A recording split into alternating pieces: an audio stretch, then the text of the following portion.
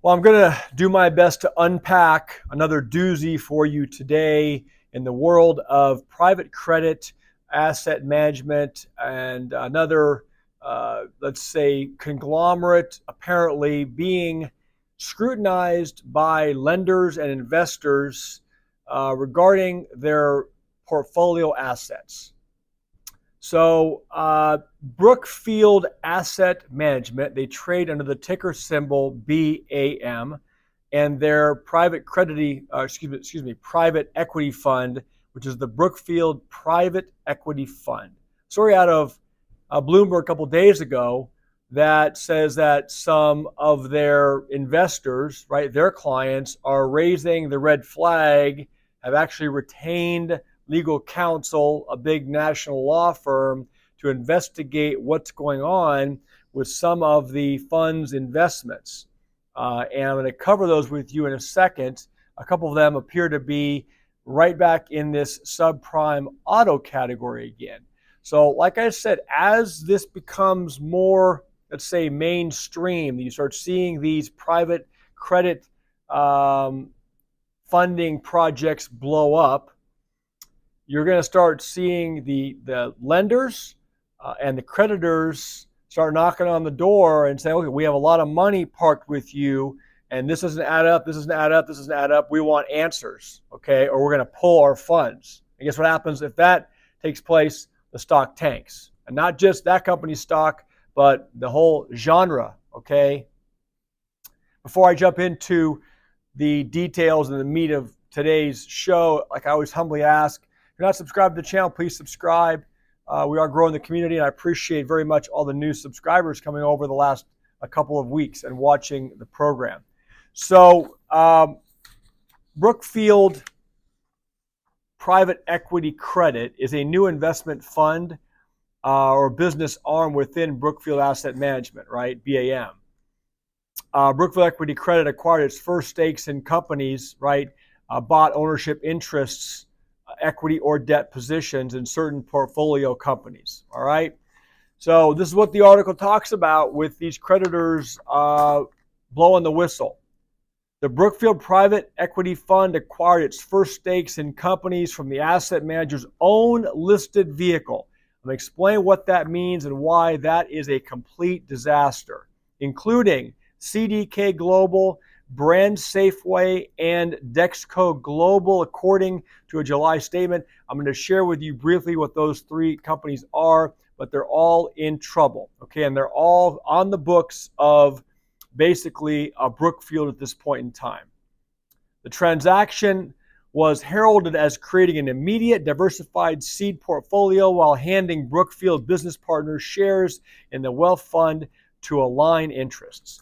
Let me just real briefly tell you the funds that Brookfield Asset Management targets, and their investors, their large investors, are pension plans, corporate and private, sovereign wealth funds, endowments, foundations, and corporations, and high net worth individuals. These are the people putting their money, okay, under management in Brookfield. And Brookfield's taken that and they're investing it in all of these basically, failing or ailing projects. So when I read this morning that Brookfield Asset Management basically acquired stakes in the three companies I just talked about, the three companies, from its own listed vehicle, I dug a little bit further into that and what that means. So when they purchase or acquire the ownership in companies that were from their own listed vehicle, it's those companies that were already owned by another Brookfield entity, one that is publicly traded, such as Brookfield Business Partners, BBU, Brookfield Infrastructure Partners, BIP, or Brookfield Renewable Partners, BEP, okay? So what are the concerns when you have a $1 trillion company like Brookfield acquiring basically assets that its own arms or conglomerate owns? Number one, related party risk. Brookfield is effectively selling to itself, so investors and regulators watch to ensure that the price is fair. Okay, is it really an arm's length transaction? Number two, conflict of interest. Both sides are controlled by Brookfield. So there must be independent valuation and board approval. And then lastly, disclosure. Public shareholders of the listed entity must be told how the deal was priced and who benefited. Okay, so the three companies that is acquired an interest in, CDK Global, Brand Safeway, and Dexco, okay, were all companies that was from its own, okay, manager's listed vehicle list, okay? So the article says, and this is the key point, just weeks after its October launch, this is the new Brookfield Private Equity Fund, just launched in October, and weeks after, okay, where it acquired those three companies, they're facing intensified scrutiny from their lenders, okay? And what it says is the questions are being raised about the equity value and about individual investors' appetite for potentially complex turnaround efforts. Again, shared the concept this morning, shared the concept yesterday, okay? Turnaround efforts so often don't turn anything around. They just end up delaying the inevitable where the company fails. Lenders to CDK and Brand Safeway are huddling with lawyers amid concerns around the company's financial strength, according to people with knowledge of the matter. Debt holders have also asked, here we go, auto parts manufacturer Dexco for more information after First Brands Group's collapse, even though the companies operate in different segments of the auto market. Said people who asked not to be identified or discuss private information. In the credit market, CDK's loans dipped below levels typically indicating distress in July. For the past 2 weeks, its loan and Brand Safeways have been teetering close to that threshold, basically on the threshold of being in default, distressed loans. For private market skeptics, the early days of Brookfield's fund illustrate what they feared might happen as the assets opened up to the masses. Large managers could shift underperforming bets onto smaller investors. Okay, so it's the whole moving the pawns around. Okay, if a loan is distressed, the equity value of the company is likely already impaired from the purchase price, said Gratdeep Gupta, who leads collateralized loan obligations research at Bank of America Corporation. He didn't speak about specific situations, of course not, right?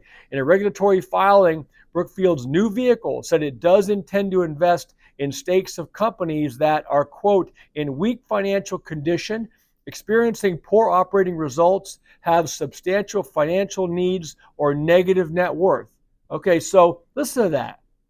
Weak financial condition, experiencing poor operating results, having substantial financial needs or negative net worth. If you were lending money to somebody who had any of those attributes, if you want to call them attributes, would you complete that loan? Of course you would not. Okay, but Brookfield is using pension money, sovereign wealth money, to basically invest in these types of businesses. This is, of course, for private equity investors like Brookfield, the ultimate goal is to turn operations around and realize a profit. We have maintained our investments in these companies through our funds, which was an important consideration to ensure continued alignment with our investors. Well, their investors now have lawyered up. Their investors are basically, looking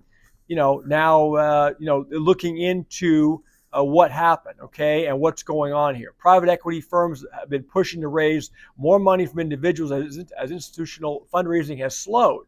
Many have launched evergreen vehicles similar to Brookfield's, okay, with attributes including low capital requirements and opportunities to cash out periodically. So the fact that they have a lawyer looking into these other companies, these failing companies, is a major red flag. All right, major red flag. CDK, one of the companies that is being questioned, is on their books, roughly $4 billion loan, all right, loan from Brookfield, traded at about 82 cents on the dollar on Thursday and hasn't traded above 90 cents since March, according to Bloomberg data. The company's been grappling with the aftermath of a cyber attack last year. In the third quarter, CDK reported about $142 million of earnings before interest, taxes, depreciation, and amortization, a roughly 18% drop from a year ago. So it's lost 20% of the value from a year ago. Safeway is trading at 84.25 cents in August. That's its loan. Moody's Ratings cut its credit grade 7 tiers into junk in June, citing weak operation results, negative free cash flow, and weak credit metrics. Again, would you lend even $1 to someone like that or some company like that? Of course you would not. Dexco's debt has fared better, it says, trading at around 98 cents for months.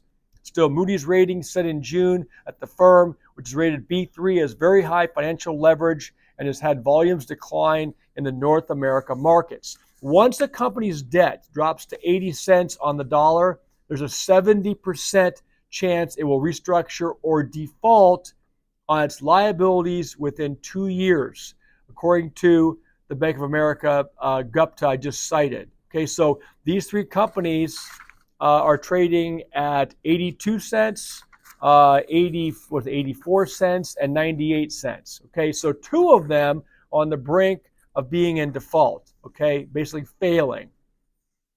And one of those loans is a $4 billion loan, folks. All right, so let me tie something else in here. Hope you're still hanging with me. Remember I said yesterday, we're going to keep an eye on Oaktree Capital. Oaktree Capital. Oh, by the way, Brookfield stock, guess what it trades at?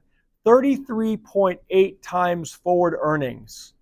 33.8 times forward earnings. Okay, what that means is that it implies that investors are paying $33.80 for every $1 of expected next year earnings, and that's multiples beyond what it should be. Okay, if the TSX stock trades at 30 times earnings, it should be priced at, it says $66, indicating upside potential of 14% from its current levels. All right, so again, massive in the clouds matrix. Back to Oaktree. Go back and watch yesterday's video. Oaktree, along with Blackrock, has some massive exposure to the Renovo Home Partners failure bankruptcy that I covered in yesterday's show. So listen to this. In September 2019, Brookfield Asset Management completed the acquisition of 61.2% of Oaktree for about $2.4 billion in cash and shares.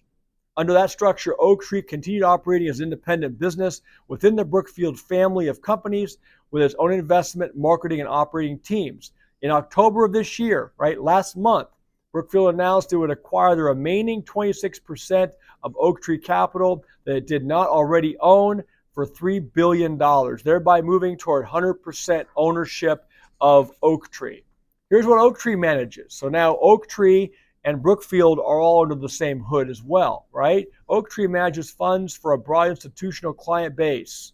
According to their About page, 64 of the 100 largest U.S. pension plans, 40 of the 50 U.S. state retirement plans, 300 plus endowments and foundations around the globe, 17 sovereign wealth funds, and 550 corporations. These are the investors in Oaktree's funds: credit funds, distressed debt funds, real estate funds.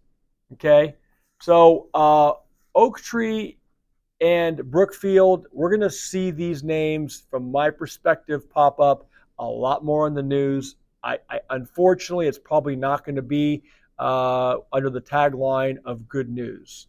Probably going to have a lot of bag holders, of lenders, investors. Hopefully it's not pension plans, retirement plans, sovereign wealth funds, foundations, but they're the ones now asking these main questions. You've got these companies buying each other up. They just rename it a little bit. It's all just, and that was the reason for the thumbnail title today. It's this circle of doom.